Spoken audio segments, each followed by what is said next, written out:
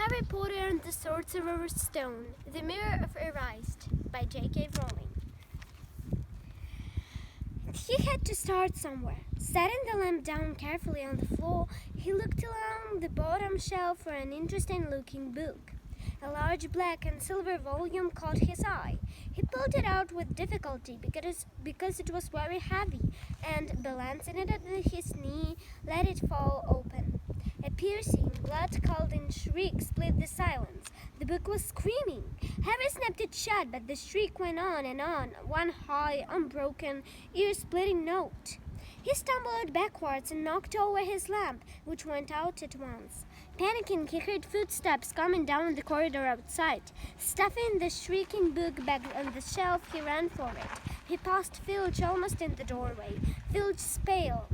The wild eyes looked straight through him, and Harry slipped under Filch's ostrich arm and streaked off up the corridor, the book shrieks still ringing in his ears. He came to a sudden halt in front of a tall suit of armor. He had been so busy getting away from the library, he hadn't paid attention to where he was going. Perhaps because it was dark, he didn't recognize where he was at all. There was a suit of armor near the kitchens, he knew, but he must be 5 floors about there.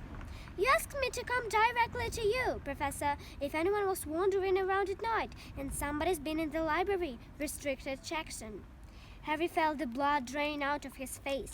Whenever his was, Filch must know a shortcut, because his soft, greasy voice was getting nearer, and to his honor, it was Snape who replied. The restricted section?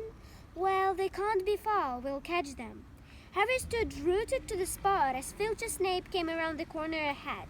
They couldn't see him, of course, but it was a narrow corridor, and if they came much nearer, they'd knock right into him. The cloak didn't stop him being solid. He backed away as quietly as he could. A door stood ajar to his left. It was his only hope. He squeezed through it, holding his breath, trying not to move it, and to his relief, he managed to get inside the room without noticing anything. They walked straight past, and Harry leaned against the wall, breathing deeply, listening to their footsteps dying away. That had been close, very close. It was a few seconds before he noticed anything about the room he was hidden in it. It looked like a disused classroom. The dark shades of desks and chairs were piled against the walls, and there was an alternate waste paper basket. But propped against the wall facing him was something that didn't look as if it belonged here. Something that looked as if someone had just put it there to keep it out of the way.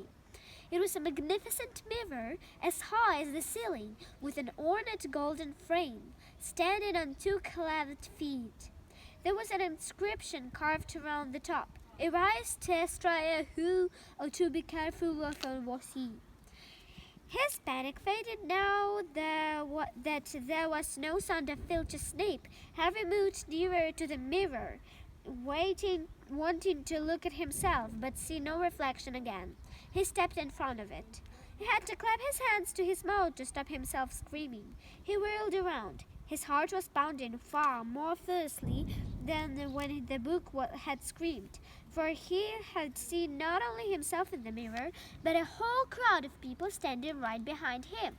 But the room was empty. Breathing very fast, he turned slowly back to the mirror. There he was, reflected in it, white and scared looking, and there, reflected behind him, were at least 10 others. Harry looked over his shoulder, but still no one was there. Or were they all invisible too? Was he in fact a room full of invisible people, and this mirror's stick was that if reflected them invisible or not? He looked in the mirror again. A woman standing right behind his reflection was smiling at him and waving. He reached out a hand and felt the air behind him. If she was really there, he'd touch her. The reflections were so close together, but he felt only air, and she and the others existed only in the mirror. She was a very pretty woman. She had dark red hair and her eyes. Her eyes are just like mine, Harry thought, edging a little closer to the glass.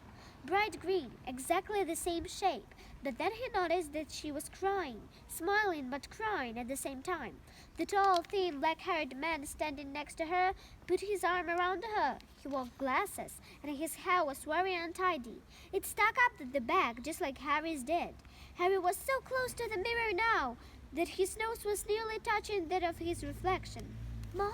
he whispered. "Dad?" They just looked at him, smiling. And slowly, Harry looked in the faces of the other people in the mirror and saw all the pairs of green eyes like this, all the noses like this, even a little old man who looked as though he had Harry's knobby knees. Harry was looking at his family for the first time in his life. This is Harry looking at the mirror. The porter smiled and waved at Harry, and he started hungrily back at them, his hand pressed flat against the glass as though he was hoping to fall right through it and reach them. He had a powerful kind of fate inside him, half joy, half terrible sadness. How long he stood there, he didn't know. The reflections did not fade, and he looked and looked until a distant noise brought him back to his senses. He couldn't stay here. He had to find his way back to bed. He tore his eyes away from his mother's face, whispered, "I'll come back," and hurried from the room. "You could have waken me up," said Ron crossly. "You can come tonight. I'm going back. I want to show you the mirror." "I'd like to see your Mom and Dad," Ron said eagerly. "And I want to see all your family, all the Weasleys. You'll be able to show me your other brothers and everyone." "You can see them any old time," said Ron. "Just come round to my house this summer. Anyway, maybe it only shows dead people." Shame about not finding Flamel, though. Have some bacon or something. Why aren't you eating anything? Harry couldn't eat. He had seen his parents and would be seeing them again tonight. He had almost forgotten all about Flamel. It didn't seem very important anymore. Who cared what the three-headed dog was guarding? What did it matter if Snape stole it, really? "Are you all right?" said Ron. "You look odd." What Harry feared most was that he might not be able to find the mirror room again. With Ron covered in the cloak too, they had to walk much more slowly the next night. They tried distracting Harry's road from the library, wandering around the dark passageways for nearly an hour. "I'm freezing," said Ron. "Let's forget it and go back." "No," Harry hissed. "I know it's there somewhere." They passed the ghost of a tall witch gliding in the opposite direction, but saw no one else. Just a Ron stared, moaning that his feet were dead with cold. Harry spotted the suit of armor. "It's here! Just here, yeah!" They pushed the door open. Harry dropped the cloak from around his shoulders and ran into the mirror. There they were. His mother and father beamed at the sight of him. "See?" Harry whispered. "I can't see anything." Look at them all. There are lots of them. I can only see you." "Look at it properly. Go on. Stand where I am."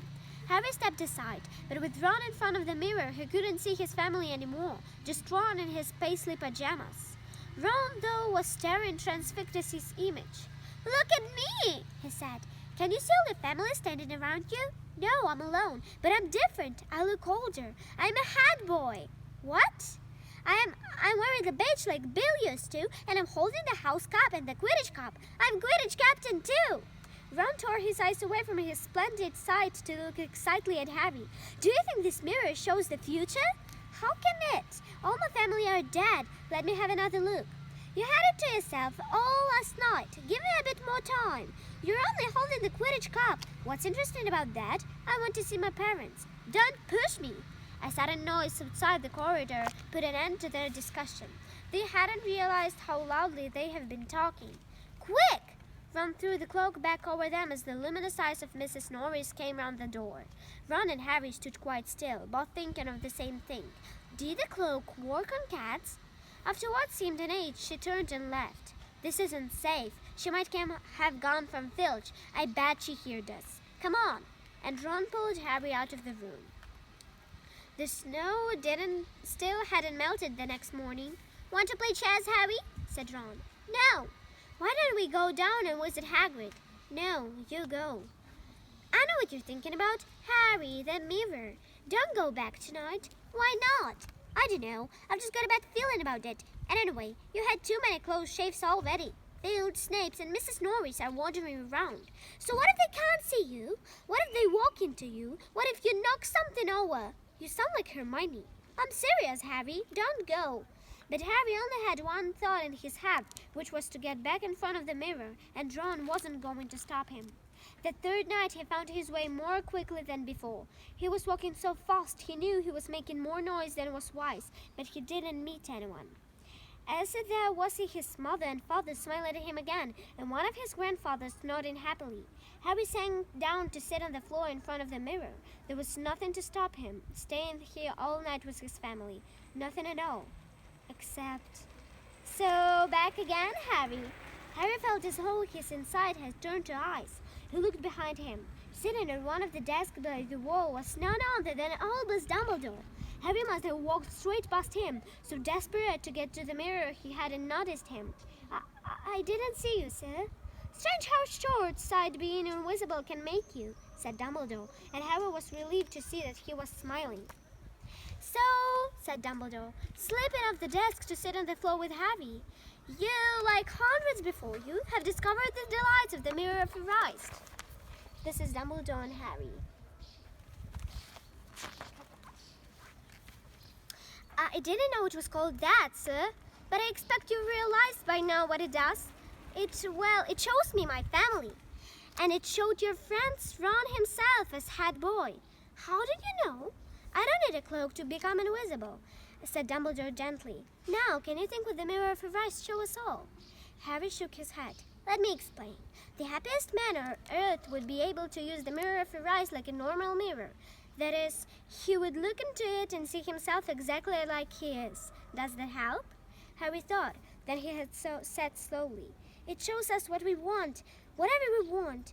Yes and no, said Dumbledore quietly. It shows us nothing more or less than the deepest, most desperate desire of our hearts.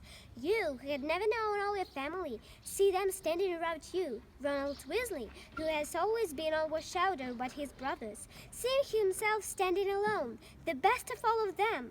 However, this mirror gives us neither knowledge or truth. Men have wasted away before it, entranced by what they have seen, or been driven mad, not knowing if what it shows it real or even possible. The mirror will be moved to a new home tomorrow, Harry, and I ask you not to go looking for it again. If you ever do run across it, you will now be prepared. It is not to dwell of dreams, and don't forget to leave.